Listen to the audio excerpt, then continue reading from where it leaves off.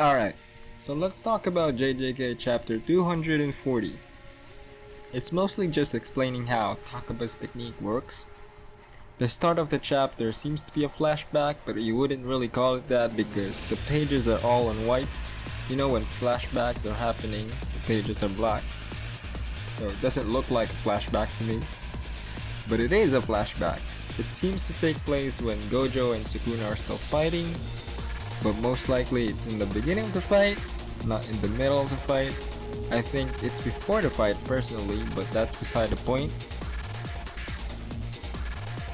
They're discussing whether or not how to deal with Kenjaku, how they should deal with Kenjaku right now. Angel wants to deal with Kenjaku while Gojo and Sukuna are still fighting. It's mainly Angel who's pushing that idea.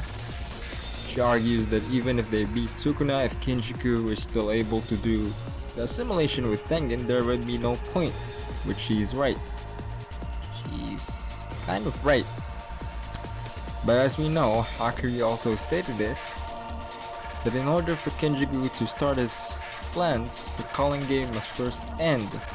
And the calling game, in order for it to end, Kenjaku added this rule that all the participants should die. There should be a winner. That's why we saw Kenjaku going around killing sorcerers the last chapter. We also know that Kenjaku took precaution of them possibly going for him, so he deployed a lot of surveillance curses. We know this from the last chapter. Around himself and Shinjuku. So ambushing him isn't really gonna be easy. That would be hard.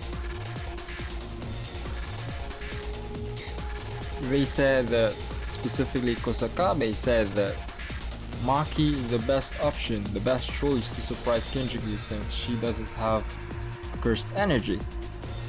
But we know that Kenjaku also took her into account, even Meimei's brother, so poor choice. Not really poor choice because they don't know what Kenjaku has in plan.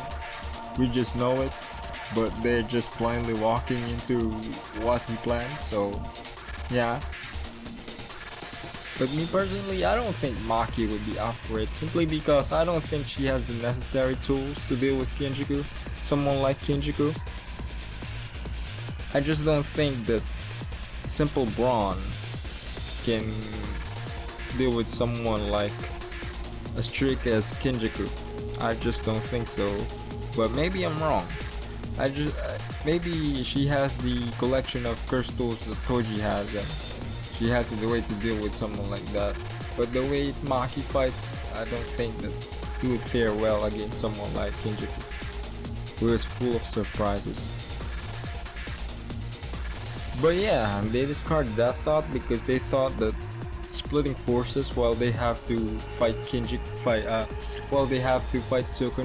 in case Gojo loses, which she did, would not be wise. So they discarded that thought. But instead of Maki, Angel suggested someone else, who is Takaba. We found out here that Angel is actually the one who suggested Takaba. But she told them not to tell Takaba about his curse technique, because it might affect it for some reason. We'll learn about this in a little bit. After all that discussion, we cut to the fight of Kenjaku versus Takaba. And Kenjaku is actually struggling to deal with Takaba's technique. Takaba isn't taking damage because he thinks it's a cartoon, which is ironic, really. Is that the right word to use? Ironic? Ironic. Kenjaku is getting worried that if he couldn't figure this technique out, the 1,000 years of knowledge of Jujutsu that he has is for nothing. And it turns out that what I'm saying the last chapter, in the last review, go ahead and watch that. Takaba is even able to alter things outside of himself, which is scary. The weakness which Kenjaku is able to figure out quite quickly perfectly balance it out, in my opinion. It has to do with his confidence. as a comedian. The weaknesses or the condition for the technique to work is that he has to believe wholeheartedly that he is funny, that he's a great comic. The stronger his belief is, the more powerful the technique is. That's how this works. But like, it's perfect because of how Takaba's mental state is and how how easily you can take advantage of him. And also knowing how much he bombs and how much people are telling him that his technique is that his comedy or his jokes aren't funny. It's very easy, not very easy, but it's doable to ruin his confidence.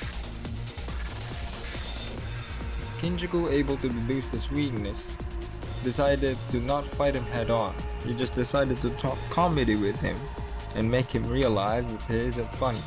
He ain't shit. He ain't shit as a comedian. The way he did it is messed up, of course, but before that, as the conversation is getting good, Takaba thought that they are really getting along with each other because Kenjaku knows what he's talking about. Comedy. He's a real fan of comedy. Granted, different type of comedy, but comedy nonetheless. They're talking about different comedians and shows. He thought maybe this guy isn't that bad. Psych. So he thought to ask him, why is he doing this? Why is Kenjaku doing this, all this killing people and stuff? And he answered, because it's entertaining. What the hell? It's entertaining. And then Kenjaku keeps making him realize that he isn't that funny. And as his confidence continues to waver, he's finally able to get a hit on him.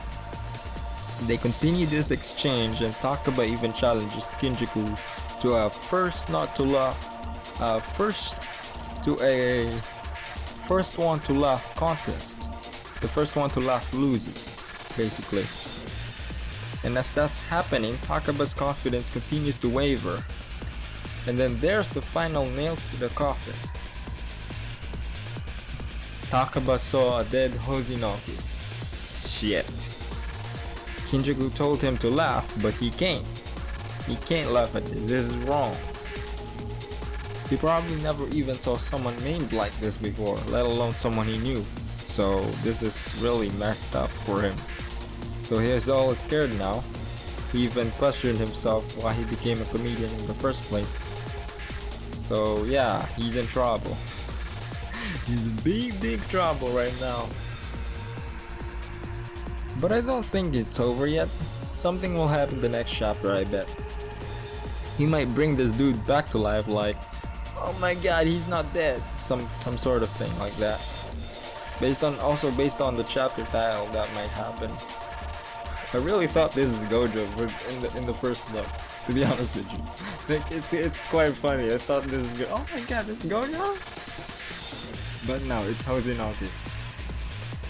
But yeah, good chapter overall, fun chapter. Yeah, I mean, we will probably see what will happen the next chapter. We would probably not see Yuji versus Sukuna in a while. I don't know if there's a break. Is there a break? Tell me in the comments. But yeah, thanks for watching. Peace. Have a nice damn day.